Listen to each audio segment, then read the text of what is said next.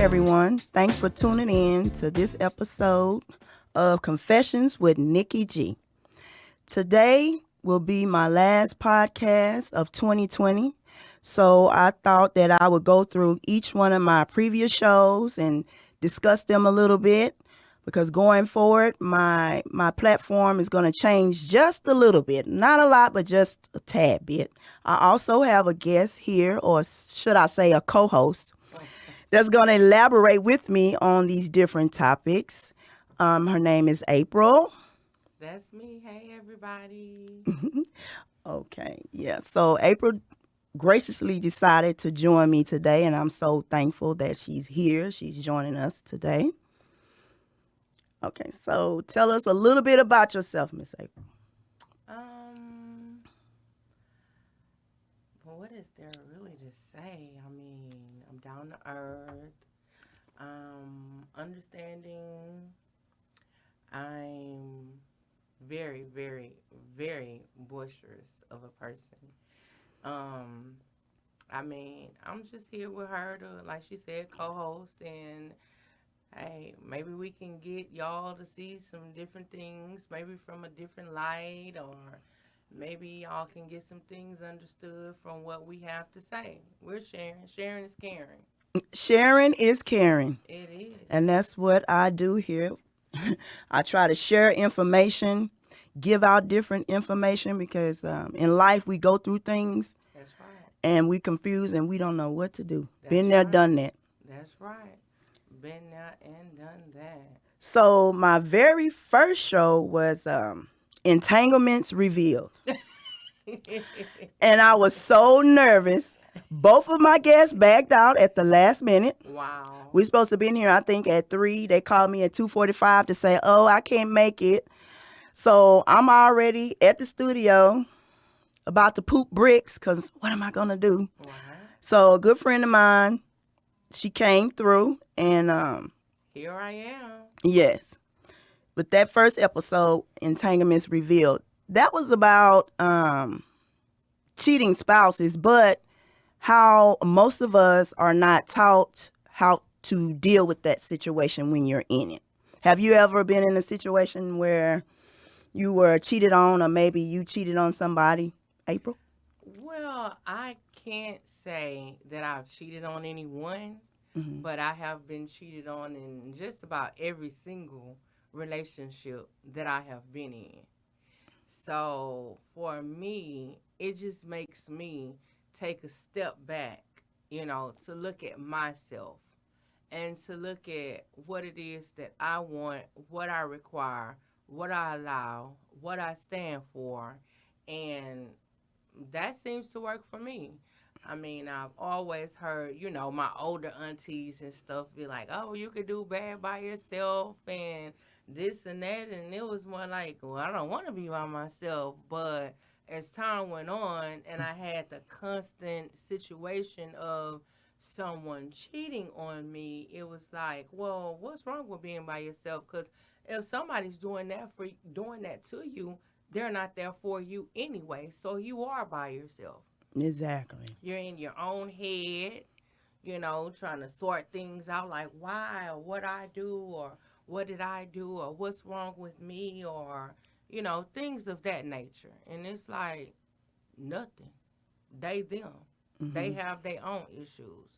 So what you can do with that, what works for me is just say you chill with yourself and you get to know you. Get to know you. Get to know what you like. Get to know what you love. Love on you, and hey, let that be that. So in your family, um, like when your first time you were cheated on, did your mom have some kind of advice for you on how to deal with it, or you just kind of, just as I would say, roll with the punches, day for day?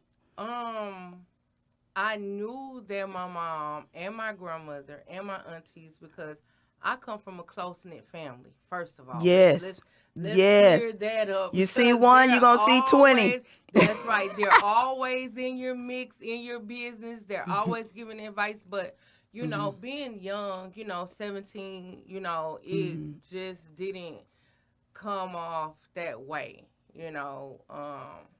My family is not like, okay, live your life, do what you do. No, they're in your mix. They stirring the Kool-Aid, they adding the sugar, they're telling you how sweet is not, how whatever. Like Mm-hmm. they right there. And that's pretty much where I get it from, because if I finally like took to it, Mm-hmm. accepted it, that it's out of love. Mm-hmm. And you may not find the same kind of love that you will find with your people. Mm-hmm. You might be looking for it, but that don't mean you're going to always find it. So eventually I listened to that. Well, to be honest, it took me like 10 years to listen to Yeah. that. But You get it. yeah, I took to it. I caught on, I did it, and hey, here I am. Yeah. So Yeah. my previous guest, when I asked her, how did she deal with her, infidelity, she said that she clung to her family, just like you. And, the love from her family help her through it, because she at that time was married 20 years. Mm-hmm. And the person that her husband cheated with was somebody that they both work with. So that was kind of a deep conversation, but It was. that's what she did. And for me, I just took time out, like you said, for myself to Right. discover who I was as a Right. person, Right. and I did a lot of reading and research Yeah. to find out what the feelings that I was experiencing. I wanted to know, what does that mean? Right. I wanted to deal with it in a healthy way, Right. because me, I want to fight, but I know that's not healthy. No. I'm one of them bust your windows out your car, but I've grown as a person since then. Yes, because I can't say Mhm. I can't say that that's not what I knew. I can't say that that's not what I wanted to do. I mean, honestly, I was on a little bit more than that. I was on some, um, what if I just uh do this to him or do that to him, and just hurt him in But my own way to make him feel what I felt.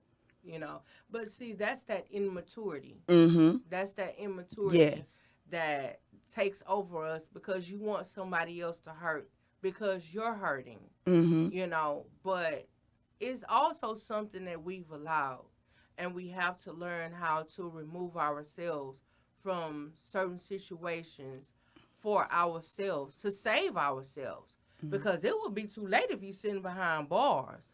Exactly. And then you still can't solve the problem. Not at all. Like my family would say, you do that to him, you're in jail, and guess what? He gonna be free out there with the woman that he was cheating with anyway, while you That's locked right. up. That's So you right. might as well sit down. That's right. Ain't no need for me to go Mhm. lock myself up with women, and he out here with other women, and I ain't got nobody else but me trying to figure it out on my own, when I could have did this when I was free, before I even handled that situation, in a hurtful, immature way. Like, yeah. And another factor that with this episode I discovered, a lot of us say we stay with these individuals because we love them. Mm-mm. And my perspective on that now is, you don't love yourself enough to let that person go. You love that person more than you love yourself. That's right. And I was one of them women. I had That's to right. learn that to That's figure right. out what was going on with me, not per se the person. It was not all about him, because I was allowing him to do certain things. That's So I had to stop and think, why am I allowing these things to happen to me? That's right. So I couldn't love myself, because things that we love, we don't hurt it. Right. We not finna, if you love your cars or whatever, you're not finna hurt it. You ain't finna wreck it. Mm-hmm. So why are you letting this person destroy you as a person? So that was my perspective on that. And when I asked my guest, why did you stay with this person? She said, because I loved him. See, And then everybody's definition of love, I it's found, different. is totally different, Totally different. which is crazy to me, but it is real. I had to realize that. It is crazy. It can be a dysfunctional love, Right. or it can be what I would consider a healthy love. Right. But I have realized that I know what kind of love I want. Exactly. I want somebody to love me the way that I love them, or at least somewhere mutual, you're going to have your ups and downs. There's no doubt about that. Mm-hmm. But they're not going to be major to cheating, to plotting to do something to somebody to be hurtful toward them. It's not going to be anything to have to cost anybody any money or anything of that nature, like ruining their clothes or doing things to them that are hurtful. Because Mm-hmm.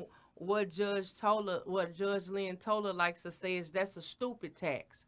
Because if you're gonna be with somebody and they've already paid for something and you go and destroy it and then it has to be replaced, that's you spending money twice on something that you could have avoided had you knew how to deal with your feelings and your inner feelings and the things that we go through in Exactly. relationships, you know, to Mm-hmm. try to get to understand Mm-hmm. what kind of love is this. Mm-hmm. You have a decision to make on what kind of love you will accept and what kind of love you want. I mean, and that's just And how it saying that goes. to say, I just had a flashback. My ex and I had got into it. I was mad. So I was Yeah. so angry. I bust the windows and cut the tires of the car. And my cousin, bless her heart, she come tap me on the shoulder. Hey, crazy woman, how we gonna get to work you to talk to them? I wasn't even thinking at the time, but just Right. like the judge said, Right. I didn't know how to deal with those feelings. Right. So anger Right. was my original method. But that was when Right. I was 21, 22. I'm way older than that now. Right. So, Right. but you have to learn.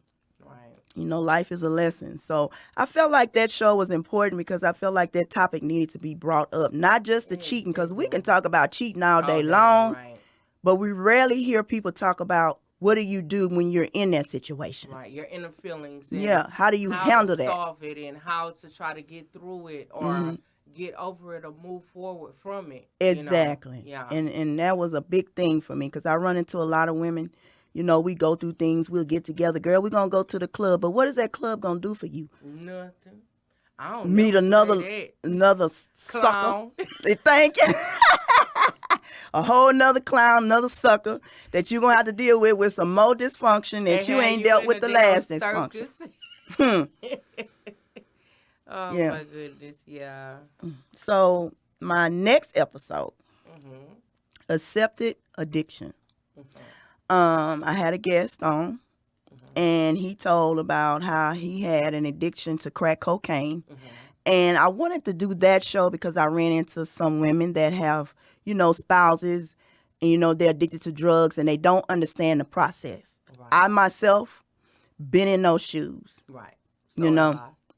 and I felt like that show was important to get an addict's perspective, somebody that's actually a smoker, so that people can see what they really think about. Mhm. They're not thinking about family. They're not thinking about their wife. They ain't thinking about their kids. They just trying to get a hit. So I did that show so it can show a different perspective. Actually, that's my goal with all my shows. I bring somebody in that has experienced whatever we're talking about and let them tell their story. So with that episode, yeah, it was deep. It was one of my highest I viewed believe it. Yeah, shows. shit. Because it's real. What was Because your it's real. experience? You said you was involved like that too? Yes, I was. And for 9.5, almost 10 years with my 4 children. He was not the father. He had no kids, never been married. Um, he was pretty decent to Mhm. my kids Mhm. because their fathers were not in play in their lives. It was just me and my family. And I mean, he helped them out with homework, something that I feel like some fathers, even at home, who father children, don't even do. Mhm. They feel like, okay, go to work, come home. No, he went to work. He helped them with their homework. He cooked. He cleaned. He folded their clothes. He taught them things like how to, well, my one son, which is the oldest, he's 29 now. He taught him how to work, with his hands, Mhm. how to do things around the house and how to keep a household going and do things from a man's perspective, from Mm-hmm. changing the tire to do things that his own father wasn't around to teach him. But now, as far as me and him in a personal relationship, that was a no go. That was a no. That was a no go. That was a no go because he wasn't there for me in the sense of how you be there in a relationship for your spouse or for someone. No. But for those kids, because that was probably something, well, it was probably because that was something he didn't have. Mm-hmm. He didn't have any children. Mm-hmm. And so, well, that's how that worked out. And to this day, they still communicate and talk, whereas we really don't. But when he during his addiction, like he would like leave the home, or how did the That's what I addiction? mean. That's what I mean when I say the difference. Okay, so let me elaborate a little more. For me, in a relationship with him, and just take my kids out of the situation, Mm-hmm. that's what it was. Always gone, get paid on Fridays, absent, don't come, don't call, don't answer, come in, um, ready to go back to work. Oh, you need gas money from me? Well, what the hell happened to what you had? And then it would be sometimes where he would take the bills because he knew how to do it, go pay them and do what he do. But the downfall of that situation was that always being gone, that not answering the phone, that not being available, that not being there for me, that turning me off till I didn't even want to sleep in the same room or anything with him because the addiction had taken over so much. It was like that was his girlfriend. Exactly. That was his girlfriend. It wasn't me. Mm-hmm. I felt it. Like, I felt it like it wasn't me. I was not his girlfriend. That was his girlfriend. Did The he ever drugs try that to get help or? he actually went to rehab about, I say probably about 3 times, and maybe cold turkey about twice in those 9.5, almost 10 years. I used to actually go to his classes with him, Mm-hmm. That's and what I ain't they. have shit wrong with me. Well, they this girl here. They recommend, like the articles that I read. They recommend that the spouse go because, and even my guest said that when he's sick, he making you sick. Yeah, So enabler. they advise you to go Go along. to, right? So you can have a better understanding of what's going on, when it's about to happen, what it looks like, how do you recognize it, and those things. Mm-hmm. I went for those things too, but I But still it say at doesn't the end of stop the them day, from going. it don't stop them from doing it. So that's why I come back to what shit wrong with me. What the hell I'm sitting there for now? I mean, because there wasn't nothing I could do to stop him or tell him. Yeah. Even if I got something out of that class that he was at, that I was there with him, he didn't get nothing out of it. Didn't feel like it to me anyway. I What did he remember say? one Like, time I remember this one situation that stands out in my mind in particular, that I had just got my taxes. I think I had like maybe $2,100 mm, from like two of my kids. Girl, I sat around all day, didn't want to go nowhere, didn't want to do nothing. I'm like, okay, we'll go do it tomorrow. And tomorrow came, and he had snuck in the house, went under the mattress where I was sleeping on top of the money in a envelope, took the money out, left the envelope, and left 1 penny in there. So when I got up the next morning, or the next afternoon it was, to go to the store, there was nothing there. mm, I didn't hear from him. mm. Girl, when I tell you, I was worse than a rage in Harlem. I was I was tore from the floor up about that. But sat, thought about it, took what I did have, in my pockets that he didn't get. And when it did what I had to do, maybe about 4 to 5 days later, he calls and he says, "Oh, I checked myself in the rehab. Um, can you go file my taxes for me?" Like that was his way of saying, "I'm sorry, and you can go file my taxes and get your money back." Which actually kind of did work out in a sense. It just took a little longer, but yeah, he actually got back more than what he took from me. But my peace was more important. My kids being stable was Mm-hmm. more important. Exactly. So when I went and filed that and I got that money and got that power of attorney to go file those taxes and get that money, when I got that money, I didn't look back for a couple of months. She confessing. This is confession time. She said a couple of months. Shit. It was like, why would you do that all over again? You expecting different results? Yeah, you do. You think the person done changed. Don't But know when you're nothing. dealing with, just like with April, I experienced the same thing.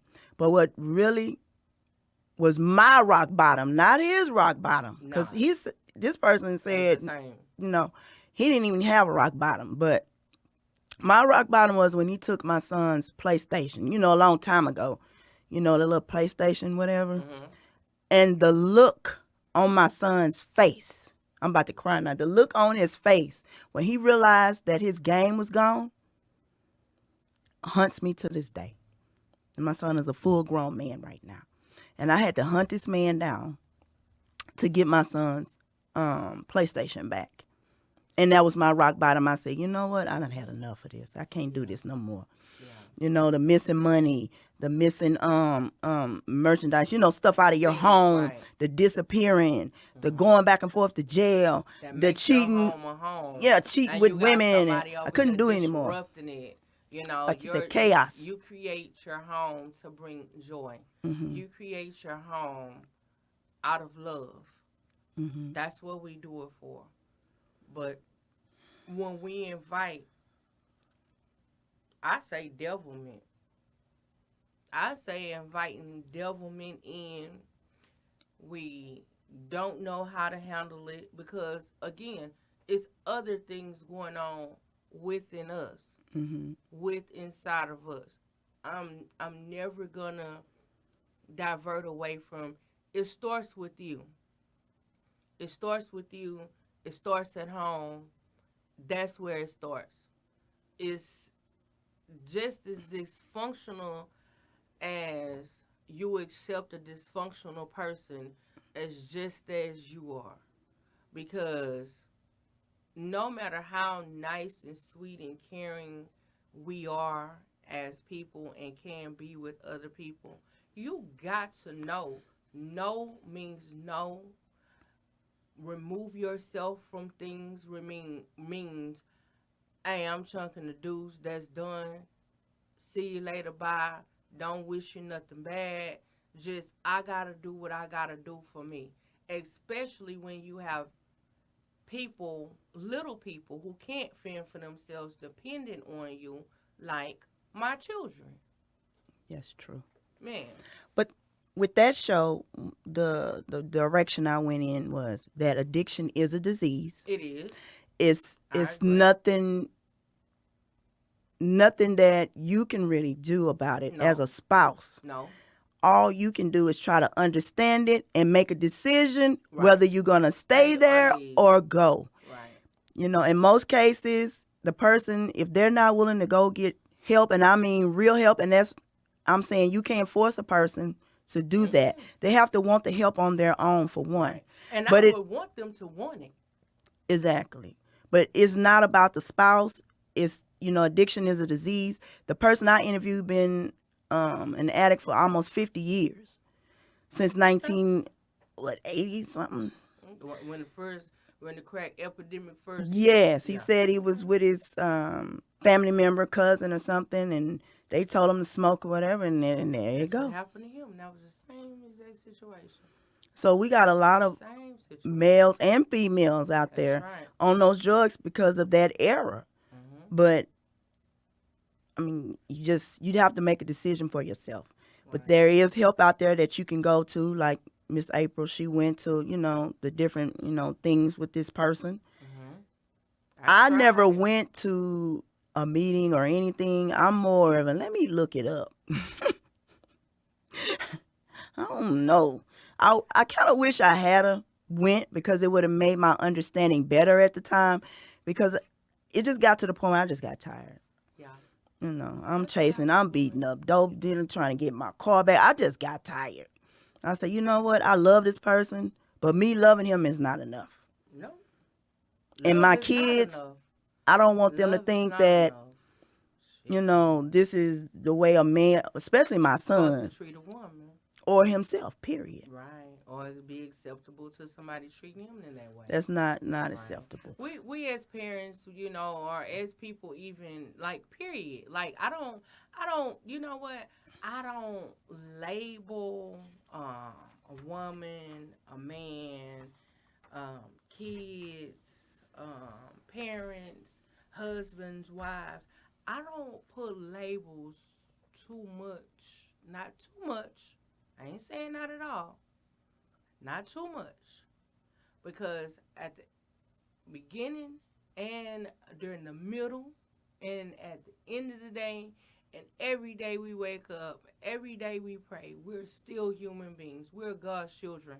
Exactly. First and foremost, it's all about how you think of you, how we think of ourselves, Mhm. how we present ourselves. Our Mhm. character is built. You don't let nobody come tear down what you're striving for, what you're aiming for, what your love towards things in life is. You you just don't. You just Mhm. don't. Henceforth, that's why I'm single. Cause I can't. I can't. And I don't want to go, forward, put the work in to move forward and be in a good place in my life and have somebody else to come along and take me 2 or 5 or 10 or no steps back. If you're not here to move forward with me and build, why can't we just be adult enough to say, hey, this ain't working?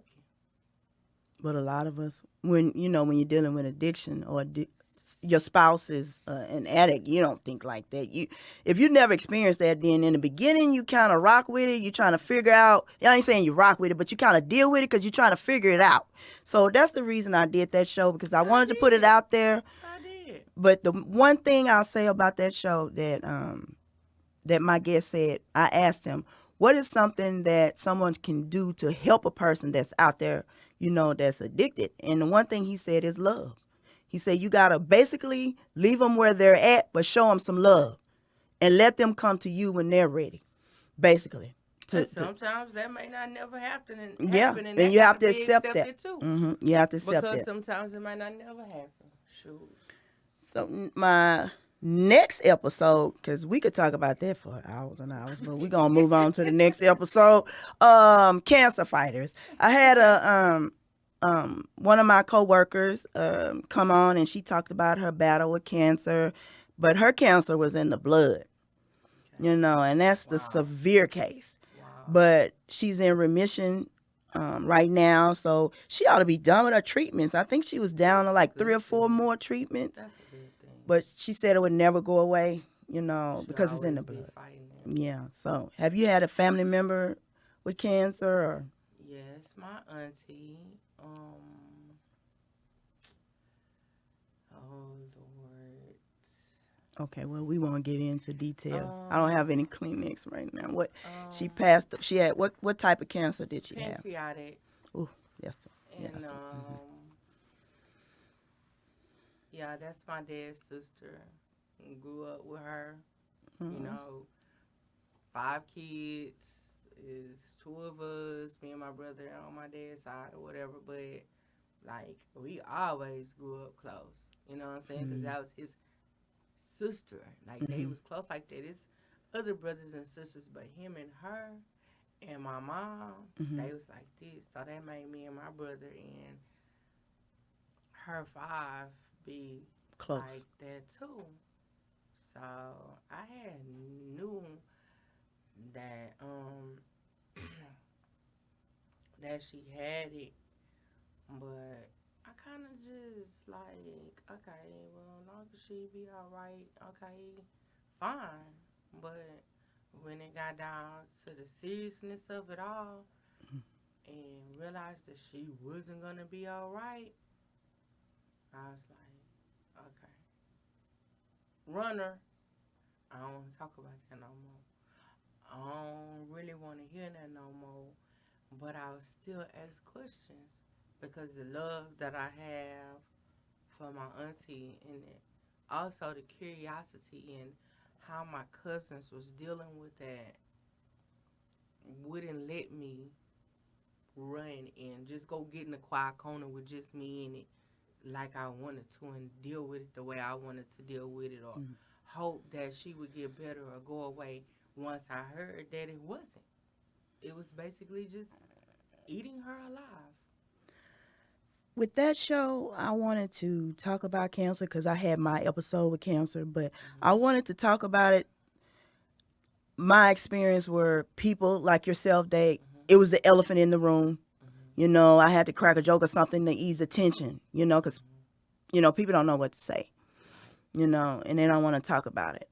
Um, that show also was for individuals to start taking care of themselves, self care. Go to the doctor, get yourself checked, because you never know. And when you're dealing with something like that, I understand everybody have their coping skills, but it's not easy. You know, There when I has was to on be the other coping end, skills. Oh my God. when I was on the other end of that, I wanted somebody just to call me and say, Mhm. Nikki, do you need $2 to get the radiation? Are you okay today? Not even that. Are Right. you okay today? Right. And maybe just talk about your life. Right. Because at the time, my life was kind of in shambles. So So I I need to needed hear something something else. else, Right. but Right. it wasn't until after the fact that I really began to open up and talk about it. I just kind Yeah. of left it alone. Yeah. And that was not the right thing. But my guest, on the other hand, That was not that the was right not the right thing. thing to do.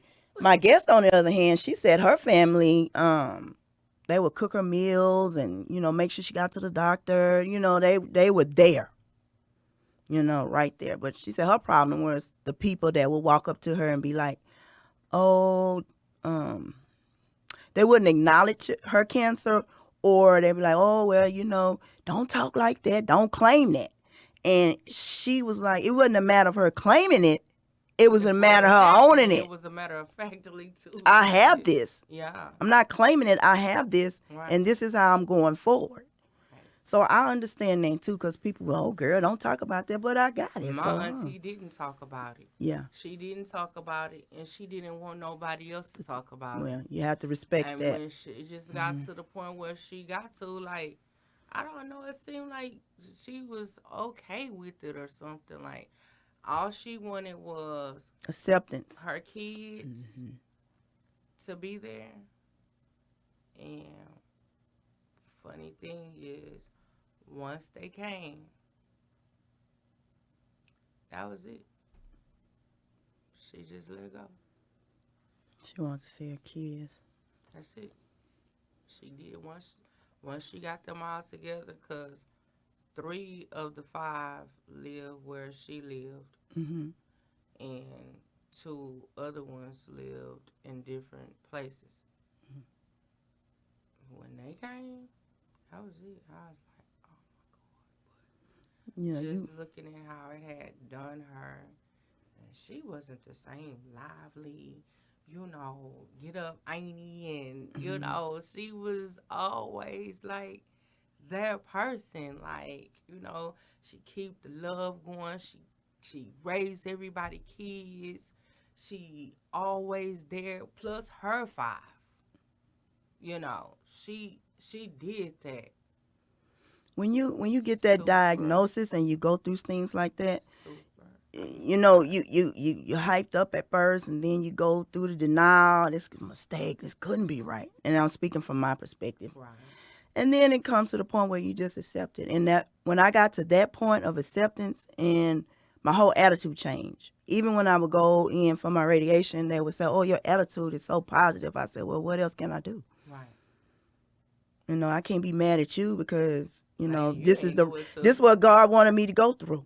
And it changed my whole view on a whole lot of things.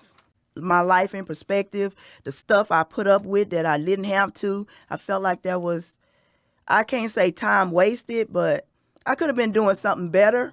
No, never You know? time wasted. Time is never wasted. Time is either gonna teach you something or you're gonna learn something at the same time. Teaching something don't mean you're gonna learn something, but learning something means you actually got something done for the day. You actually learned something. And I'm more of a experience as a teacher. That's right. Because, you know, I have family members that talk to me and tell me different things in life. And at the time, I didn't understand. But Right. the minute I went through it, that light bulb went out. Wait a minute. Mm-hmm. You know, Mm-hmm. okay, now I understand. Mm-hmm. Yes, indeed. Your life got a way of teaching you things. It So, does. All you gotta do is stick around to learn it, or be willing to learn it. And sometimes it might come slap you across the head. yeah, I got to learn the My hard grandma, way. my grandma still say. My grandmother is 82 years old, and she still say she be like, "Hey, you make your bed hard. You gotta lay in it." Hmm. And I'm like, "Ooh, ooh, this is uncomfortable." You don't want no parts of that bed. Yeah, but we go through it. So, Yeah. and that's the thing. You go through it to get to the other side. You're going to get to the other side, you know, but you don't know how long it's going to take. Nope, With the healing process, I repeat, you never know how long it's going to take. never. That's with any kind of illness, Time relationships, limits. whatever you're going through. I mean, but you have to go through it to get to the other side. And a lot of us want to stay in neutral. And it's when we stay in that neutral stage, we don't deal with anything and you just neutral. And then you go to doing things that are dysfunctional Yeah, instead of just going through those feelings or whatever you're experiencing at the time. yeah, no doubt. So at the end of the day, with that episode, the self-care was very important. It is.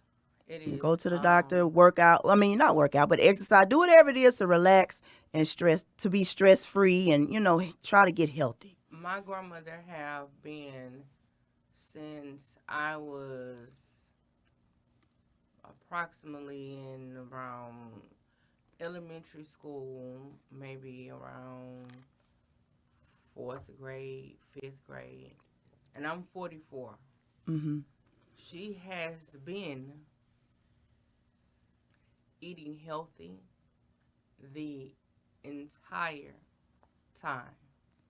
Like what everybody's trying to do now and doing now, Yes. you know, that everybody's getting older, Mhm. you know, vegan and pescatarian and this different thing and that Mhm. different thing.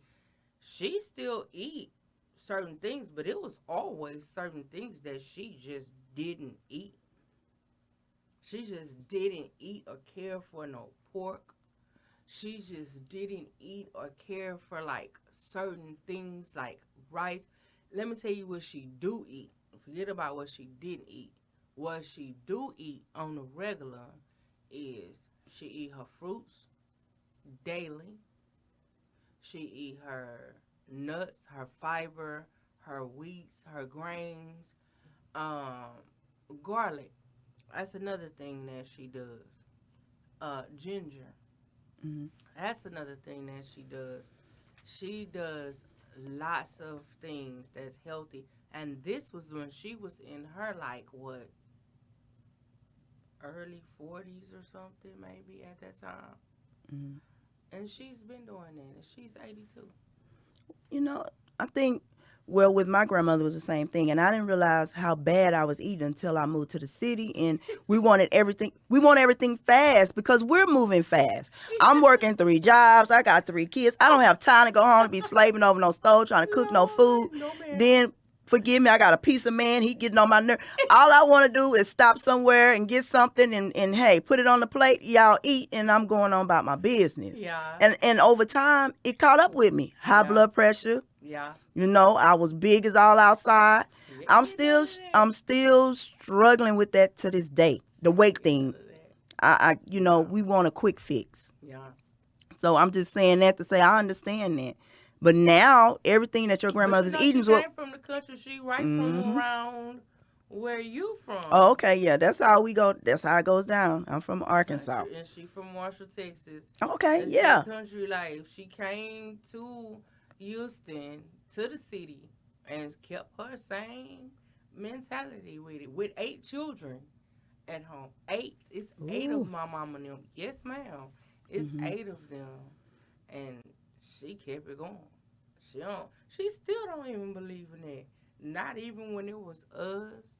Not when it was my kids. And now they got kids. Yeah, She see, still don't. they grew up in a different. My granny would not eat certain things either. Mm, But I She'll tell make you you a what, sweet potato pie, but she ain't gonna get you no shipless donuts. exactly. And see, in our era, we want everything is made quick so we can get it. Yeah. So with my next episode, Mhm. I called it flea bagging in 2020. Have you ever heard of flea bagging? Never. The definition of flea bagging is dating a person even though you know they're wrong for you. And Okay. the quote I found in that same article said, women, we had the highest rate. I think it was like 65% versus men, 40% that date people are wrong for them. But it said, do women date men that are bad for them, or do they just like bad boys? You may, you're like, wait a minute. What is that? But Wait, I'm gonna have to go outside and I'm gonna have to go in the quiet corner over here somewhere and I'm gonna have to go sort that out. Because that's not something I've actually sorted out for myself to give a real live answer. Now, I'm a quick thinker, okay, well, but let me talk more about the show. Okay, so that was why I picked that topic. okay. But the main purpose of the show was to help individuals that went through a divorce or a breakup and moving forward in dating. So my guest, she talked about how she went through her divorce and how she took time out for herself to get to know herself. She didn't put all the blame on her husband. She said she picked out the qualities that she felt like she was lacking in, and she worked on those. And then she sat down and she thought about the characteristics she wanted in a future mate. And that's important because if you don't know what what you're looking for when you go out there and start dating, you're going to date anything. So that's what you don't want to do. And she had these 7 characteristics, and she said a lot of men would tell her, or some men would tell her that's too much. But I was like, no, you know, sometimes we just be asking the wrong people. And it wasn't nothing too dramatic. She said she wanted a person to be spiritual. They don't have to be, going around quoting Bible quotes, but have some God in them. Consistent, persistent. I don't remember all of them. Loyal, honest. I mean, those are basic traits that people should have. Anyway, before regardless. you present yourself to anybody, that should just be a part of your character. Period. Your So- character should say that. What about your date? Do you date now, or do you have like something that No, characteristics you look for in your? no, I haven't dated in 8 years. So no dating for me. Haven't been on a date. Been on what is that dating site called? Plenty of Fish. Oh Lord, I had to get off of there so fast. I was like, this is not for me. Yeah, online dating is. These people are not on the same thing that I'm on. When you say dating and casual dating, that means, sir, we're gonna meet, or I pick you up or you pick me up. We go on a date. I pay, you pay, but somehow we got to get out the house to get to each other to meet. I really want to start Have laughing a because that's ridiculous, conversation. but it's the truth. Why is this the basics of what y'all don't have? What are y'all on here for? Well, come to find out is that when you talk to some of them and you have conversations with some of these people, they be like, so what do you think about sex? Or what do you think about when you have, er, you want a Scooby snack for that shit? Yeah, see, No. that show we talked about that, like the questions you should Mm-mm. ask, when you going out on a date. Once you figure out what you're looking for in your mate, you ask particular questions. You like my guest said, you're collecting data. Dating is collecting data, and that was a true statement. I get that because you're gonna run into all types of people Before with you get to the right person, or if you ever all do. they all have hidden agendas, and that's my perspective. That's true. It's hard to find a Well, genuine I agree. heart person. That's right. Somebody wants something from you, but you have to have your stuff together, your ducks in a row before you start dating. Don't get out there and think, oh, I can just go. Things are not like they used to be. And then when this corona hit, dating changed anyway. Things went to be, online to a degree. But like April said, at some point you got to meet in person. But I would strongly advise anybody, get to know yourself, get to know what you're wanting so you don't go back to what you had before. She turned her head on that. You see that? Girl, now. I had to learn that. Okay, so the next episode was In the Land of the Free. I had a guest. He'd been in prison 20 years, but the purpose of that show was to say that in the criminal justice system, the prison system, that they need some kind of programming for individuals that's been locked up 10 plus years. They need to learn some kind of trade or something so they can be able to take care of themselves once they get on the other side of those gates. Because when they come on the other side of those gates, life is going to change drastically. After 20 years, he said everything changed. He didn't know nothing about a cell phone. He didn't know, he luckily had a trade, but before he went in, he dropped out of high school. I mean, he's just like an exception to that old additive.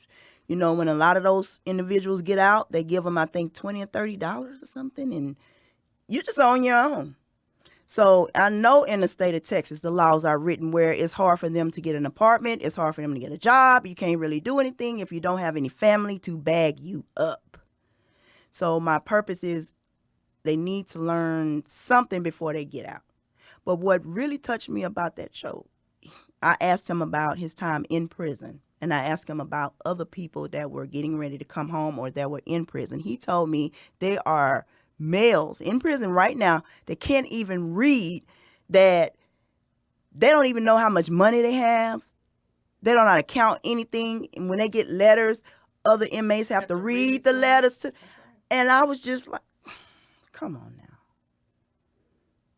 That goes back to school. That goes back to, I'm not going to say bad parenting because parents can be good, but if your child gets into some things, it's hard to get them out of it. Sometimes the parents can't help them either. Exactly. If you didn't know that. Mm-hmm. So it's not just that person can't function like normally, but the parents can't either. If there's parents and if there's a parent, sometimes they can't either. So what do they really have to give the child? The only thing that parent may know is go to work, provide, go to work, provide, go to work and provide. Go to work and provide does not have anything to do with love, showing love, hugs, kisses, talks, reading stories, being there for you, spending time with you, showing you things, learning you things, loving on you, and showing you how to love. Doesn't have anything to do with that. You run into a lot of individuals that don't really, they've never experienced dealing with somebody that, went down the wrong road. So they're not understanding of that. And that would be the first thing that they would say is, what about the parents? Where was this person raised? Why, they want to blame the parent. It's not that. Like with my guest, he said he got in high school and he said, "What's the purpose of me going to school?" So he went home and told his dad. He said, "Hey, I'm finna drop out of school." And the dad said, "Well, what you gonna do?" And he just went in the streets. And he Oh, stayed out there. bring some money in or do something or He stayed out whatever. there as long as he could till he got them 20 years. But he's a totally different person now. You Mhm. know, I kind of admire him because he got out, he got a job, he got his place. You know, he good. Mhm. You know, Did what he has to do. but he's still institutionalized to a degree. Yeah, it is. It's gonna happen. In 20 years, I mean, I It's can't. hard to take that away It's 20 years, yeah, because basically the system raised you. pretty much. You're right. They pretty much raised you. So, Yeah. So it's kind of hard to get rid of that, unless you now have somebody inserted in your life who can say, "Hey, well, I'm gonna show you this, and I'm gonna teach you that, and I'm gonna do," hmm and yeah, hmm So yeah. I'm hoping to start a program. I've been starting this program since I was in college. 21, I'm not playing anymore. I'm gonna sit down and write out. Well, I already got it written out. It's gonna be in motion. I'm really trying to wait out this corona because it's hard to start any kind of programs right Right, now. right. But I'm hoping Anything. and I'm praying on the success of it because I want to help. You know, my mind is geared towards women Hmm. because women we go through a lot. Men go through a lot, but I We can do too. understand a woman's perspective on a whole lot of things, and I can understand why some women are in prison. Okay, so the my episode number 4, the next Hmm. chapter, that is where I had my guest come on, and we talked about what do you do after your children leave home. And so my guest said that she started her wig business, you know, making wigs, hair business. She travels, you know. It was important that once your kids leave home that you set goals for yourself and just do things that you couldn't do because you had children. Now I know you have children and they're grown, so I know you've been traveling. What happened? Every time I talk to our mutual friend, oh, she in Colorado. Oh, I'm like, God, dog, I need to get with April. I haven't been and done as much as I want to do, Hmm. but it's been a blessing to do what I have done. And I'm very appreciative and thankful for me being able to experience, those different places. Hmm. Um, but mostly, child, please, them grandkids be right over there with me. They love me to death. They be right with they darling. That's what they call you, darling. Yes, they call me darling and they call me granny. But yeah, they be right with me, chilling with me. I'm the fun person. Yes, you are. I'm the You the fun. fun granny. Yes, I'm the fun person. So it's like, yeah. But When you're so once all of your children, well, I know you still got some at home, but mhm, the ones that left like for the first time, mhm, did you like sit down and think about, okay, what's next in my life? What do I do? Like with me, once my youngest daughter left, mhm, and my house was empty at that time. mhm. So I'm like, hey, what do I do now? You know, I don't have to cook, I don't have to clean. I went nuts. I started doing everything, traveling. Well, Yeah. yeah. So, I mean, like you said, like I've been moving around a lot or whatever, Hmm. but I haven't really had that full opportunity to do it because I still have a daughter at home. Yeah. I have a special needs child, and she's 24. She get around pretty Hmm. good, on her own and everything like that, but she don't like me out of her sight. Oh. So, I have a limited time to be gone Hmm. or to do whatever it is that I call myself doing. Well, I have freedom because I have a good support system. My mom is there, Yes. my granny is there, my aunties is there, my kids are there for their Hmm. sister, So yeah, I still can go, but I just don't go as much as I would if I had that full freedom. But Yeah. yeah, sometimes we just go together. Yeah. Sometimes we just all go together. Sometimes I get her and we go. We gone. We gone. We move around. I'm just scared to put her on a plane. I guess for me, I had a bucket list a long time ago. It was this movie, The Bucket List, I think, where they sat down and they wrote out this thing. So Okay, I was at work one night and I wrote out everything I wanted to do. But my kids were still young at the time. So, like I said, I went to school while they were still at home. That was on the list. Next was to start a business. I done did that multiple times. Now I'm on the podcast. You know, I'm the type of person, I'll try it. And like I said, if it don't work, right. let me move on to the next thing. No You know? problem. And move on. Traveling, I just started doing different things. And then it just got to the point where they tell you the empty nest syndrome. You're supposed to become selfish to a degree because you sacrifice as a mother for so long. So me, I think I became a little bit selfish because if I come home and I see my children, I'm like, what they want? I got other things to do. Because I enjoyed that freedom. I didn't have to worry about, I got to get a babysitter. Or, I got to go over here. I got to do that. It was just freedom. I don't know. I guess I suck at that then. Well, you haven't had an opportunity yet. Yeah, so that's why I suck at it. So that's why the other ones could come, and when they come, instead of me being like what they want, I'll be like, oh shit, here they go. But at the same time, I be like happy to see them. Yeah. I'm happy to see my Like kids. no, I mean I be like, But is you spending the night? Is you staying? What y'all doing here? You know, yeah. like that, like.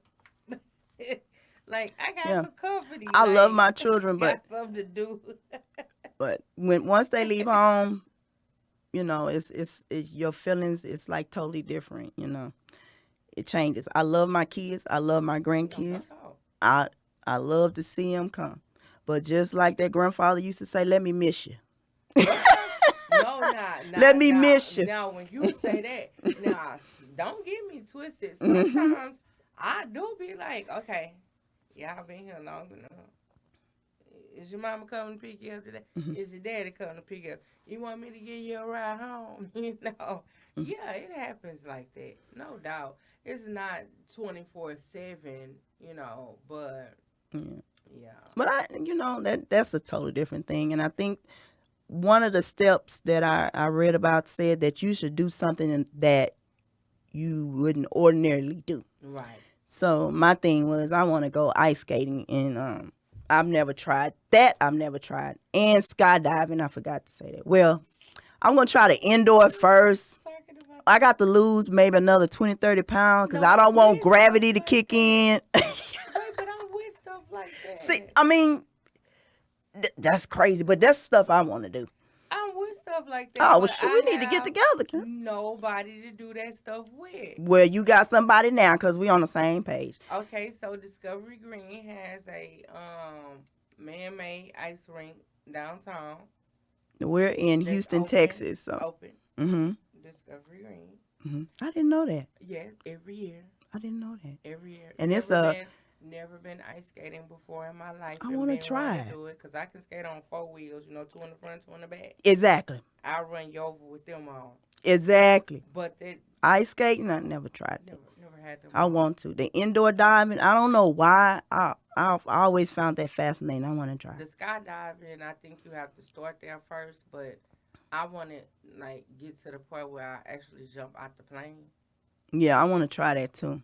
Yeah, I'm with you. And I'm scared of heights, so I don't know how that's gonna work out. That's what my cousin them just said the other night. No, we gonna Who see. is scared of heights? What But yeah, why? there's things you do that when your kids were at home and you couldn't do it. It's time to do those things.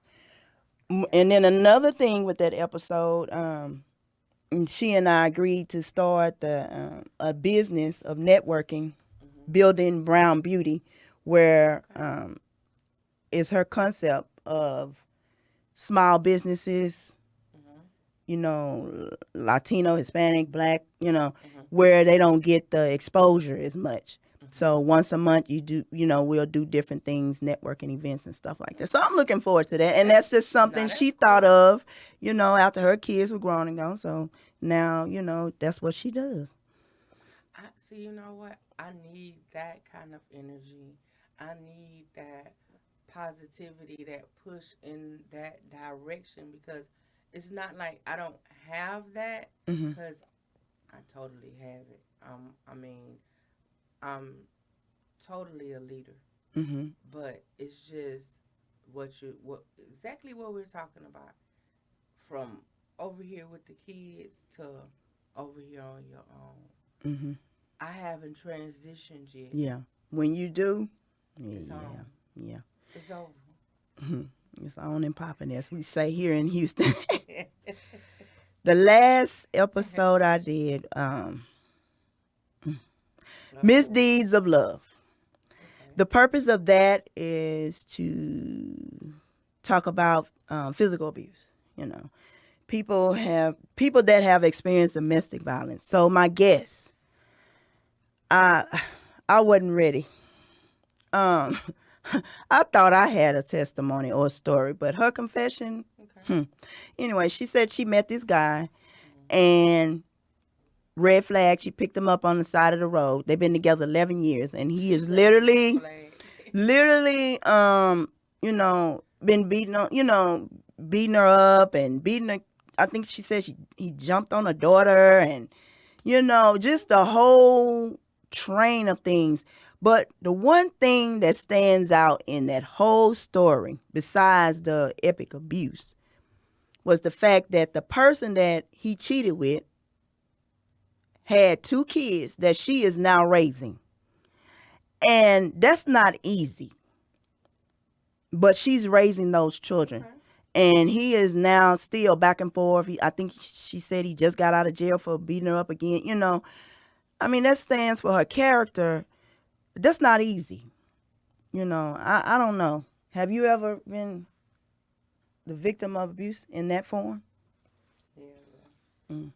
Yeah, that was Yeah. I that mean, interview. okay, well, I have been the abuser sometimes, but um never to a point where nobody have like done anything back to me, maybe restrained me to Mhm. keep me off their ass or something, but other than that, no. But I don't go so far as to I'm picking up objects and weapons and I'm doing things to try to hurt people. I'm just hurt in that moment. But I mean, abuse is abuse. I'm not trying to minimize it or say that it has levels to this shit, but I've never had anybody to like just do Mhm. me. No, no. Yeah. And I only go so far with that because I wasn't in control of my actions. Mhm. I wasn't in control of myself. I wasn't in control of how I should have handled things. But as far as somebody doing that to me, no. Yeah. Well, that episode, it kind of bothered me. I went through that. That's how I winded up in Houston. I told a little bit of my story on that show. Okay. The individual stalked. He shot at me. He did multiple things. I mean, it crippled me in the beginning. I Okay. couldn't, nightmares and stuff to that nature. And I guess the purpose of that show is for individuals that say, oh, you can just leave. Sometimes it's not as simple as, oh, you can just leave, because you're not dealing with an individual with a full deck, or, their brain isn't reasonable. They're not reasonable thinkers. Right. Like the individual that I was talking about, his thing was, if I can't have you, nobody will. So he wanted to see me dead. But then after that whole thing, I had to check myself and figure out, why did I keep attracting these same individuals? Because that wasn't my first rodeo, but that was my scariest rodeo, because this man was Okay. trying to kill me by any means necessary. He didn't care about my kids, nothing, and that was scary for me. But now, I was, in my 20s then. I'm almost 50. Understood. Hallelujah. I got my life Okay. together, That's how you made it. I What a just wanted those blessing. individuals that's going through that at the time, because at that time I didn't know what to do. Right. I was, embarrassed at first and shamed, Right. and I don't have That big brothers comes and before. sisters that can come along and beat Right. That people up. I comes didn't before have that. anything. But Yeah. even though that I did, I wouldn't call them for it. Hmm. I would just like go for what I knew Yeah. See, I wasn't on that my own person because I didn't at want to first. create a situation between them and them because Mhm. I knew that they was cool because of me. And it's like, Mhm. well, how do I go and mess that up? Even though this person that messed it up with me and them. So since you did that between me and you, I got something for you. Yeah, see, That's I how didn't I have used to that. look at it. Used to look at it. My I don't. well, my dad, he was living at the time, and he wanted to step in, but just like you said, I didn't want to bring him in. I No. just found people was like, don't run," because at the time I was in Arkansas. Don't run, don't run. It's not that I was running. I wanted to bring peace, because this man was like stalking my mom's house, Would you throwing say stuff through the window. relentless? Yeah, just unmercifully just doing stuff, and I'm like, I can't Wow. take it no more. So after the shooting incident, I was like, I need to do something. I'm gonna move. So I Right. had a friend that lived here in Houston, and that's how I got here. Right. And now you're thriving beautifully and wonderfully. You Yeah. know, you're But doing that what you're episode, doing. I would tell anybody to look at that, because that lady's story is, I don't know. It's real. It's real, and it is a wake up call for some people. Yeah. That's what Lifetime is about. Haven't you noticed? Wake up. Shoot, Mm, snapped, all of that. mhm. I'd be like, oh Lord, I Yeah. gotta stop watching this kind of stuff. This Yeah, I is stopped watching it. mind boggling I had to because, stop watching yeah, Cheetahs because every time I that's watch it. it, I get angry. See? See? And it just bring back something up in Mm-hmm. you that you're trying to sort out, not avoid so much, but just sort it out to Mm-hmm. where you can understand it enough to get through it and get past it. Not sweep it under the rug and act like it don't exist, Mm-hmm. but just get through it, understand it enough to actually get past it and be like, you know what? Been there, done that, and I'm still here. And who fucking with me? Well, we just Yeah. went through each episode of 2020. I would like to thank each and every listener and subscriber of my YouTube subscribers. I want to thank everybody who has been supporting me. I'm hoping my audience grows in 2021. I'm working on some good topics, good subjects. Hmm. Once again, if you need to reach me, or maybe you have a topic you would like to talk about, you can email me at confessions with Nikki. And please don't forget the E in Nikki. Or you will not get me. Confessions with Nikki G at gmail.com. You can find me on Facebook, Confessions with Nikki G, or you can reach out to me on my YouTube channel. I mean, you can reach me if you need to. But please, I would like to say thank you. And I hope going into the new year that we're all prosperous and successful in whatever it is that we want to do. I would like to thank my guest, April, for coming on and sharing her different, stories and perspectives on things. Hmm. And that's conclude this episode. All right. Peace, H-Town. We out. Peace, H Town.